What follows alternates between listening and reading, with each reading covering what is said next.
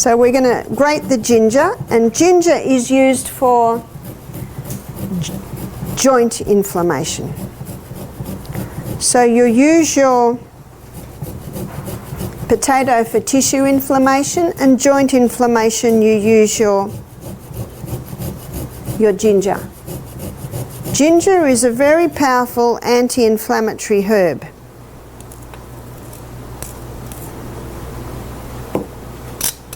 And what you want to use is the juice. So there's quite a bit of juice coming out of this frozen ginger.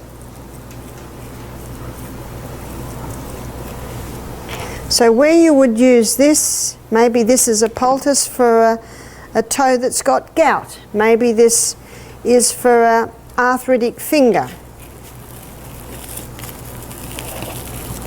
So you make the poultice in the same way that I made the potato one.